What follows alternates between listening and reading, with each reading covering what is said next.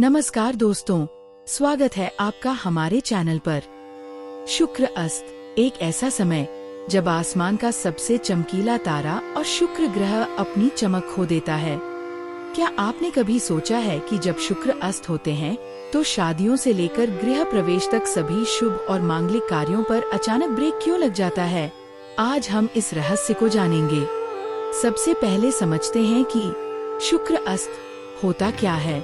ज्योतिष शास्त्र के अनुसार जब कोई ग्रह सूर्य के बहुत करीब आ जाता है तो सूर्य के अत्यधिक तेज और प्रकाश के कारण वह धरती से दिखाई देना बंद कर देता है या उसकी शक्ति क्षीण हो जाती है। इसे ही उस ग्रह का अस्त होना कहते हैं। शुक्र ग्रह को भोर का तारा, मॉर्निंग स्टार कहा जाता है। जब शुक्र सूर्य से लगभग 10 डिग्री से कम दूरी पर होते हैं तब वे अस्त माने जाते हैं। इस दौरान उनकी शुभ ऊर्जा कम हो जाती है। अब सवाल यह है कि केवल शुक्र के अस्त होने से इतना फर्क क्यों पड़ता है?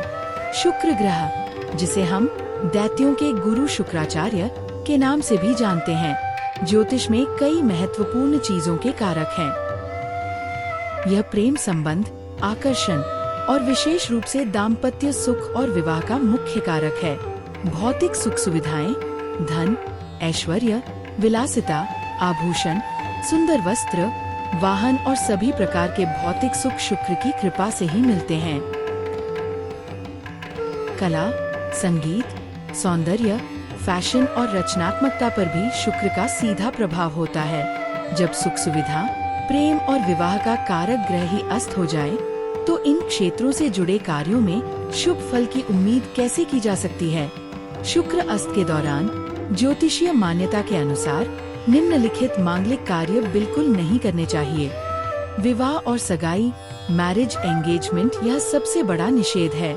माना जाता है कि अस्त शुक्र में किए गए विवाह में वैवाहिक सुख की कमी आती है, रिश्ते टूट सकते हैं या जीवन साथी के स्वास्थ्य और तरक्की पर बुरा असर पड़ सकता है। गृह प्रवेश और नींव पूजन, गृह प्रवेश फाउंडेशन स्टोन, नए घर में प्रवेश या नया निर्माण शुरू करना वर्जित है क्योंकि यह सुख शांति को बाधित कर सकता है। अन्य 16 संस्कार, मुंडन, जनेऊ, उपनयन, छेदन जैसे 16 संस्कारों को भी इस अवधि में टाल देना चाहिए।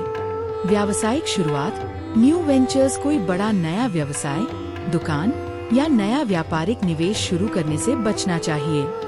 बड़ी खरीदारी, विशेष रूप से आभूषण, वाहन या लग्जरी आइटम की खरीदारी करने से बचना चाहिए।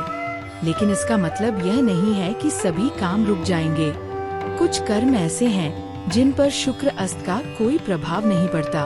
नित्य कर्म, रोजमर्रा के काम, खाना पीना, ऑफिस जाना आदि चलते रहेंगे। नैमित्तिक कर्म, पूजा पाठ, जप, हवन, तर्पण और दान जैसे धार्मिक अनुष्ठान किए जा सकते हैं। आवश्यक संस्कार, नामकरण, पासनी, अन्नप्राशन या किसी की मृत्यु के बाद होने वाले श्राद्ध आदि कर्म जो निश्चित समय पर करने ही होते हैं, उन्हें रोका नहीं जाता। जो काम पहले से शुरू हो चुके हैं उन्हें जारी रखने में कोई समस्या नहीं है। यदि आपकी कुंडली में शुक्र अस्त है या आप इस अवधि से गुजर रहे हैं तो इसके नकारात्मक प्रभावों को कम करने के लिए ये उपाय जरूर करें। शुक्र मंत्र का जाप, प्रतिदिन मंत्र का कम से कम एक माला 108 बार जाप करें। शुक्रवार को सफेद वस्त्र, चावल, चीनी, दूध या दही का दान करें। अपने घर और कार्य क्षेत्र को साफ सुथरा और सुगंधित रखें। स्त्रियों का सम्मान करें और स्वयं साफ सुथरे कपड़े और इत्र का उपयोग करें।